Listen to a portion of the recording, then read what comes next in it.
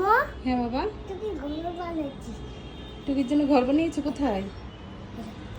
ইয়ে বাবা রে, টুকিরে কোথায় ঢুকাইছো তুমি? টুকি শোনা, তোমাকে এভাবে বন্দি করে রাখছে, দেখছেন অবস্থা? আর টুকিরে কিভাবে বন্দি করে রাখছে? এই টুকি, ভাইয়া কি করেছে তোমার সাথে? এটা কোনো কথা আয়ান? তুমি কেন টুকিকে এটার ভিতরে ঢুকাইছো? টুকির ঘর। এটা টুকির ঘর। দেখো তো, টুকি একদম চুপ হয়ে গেছে।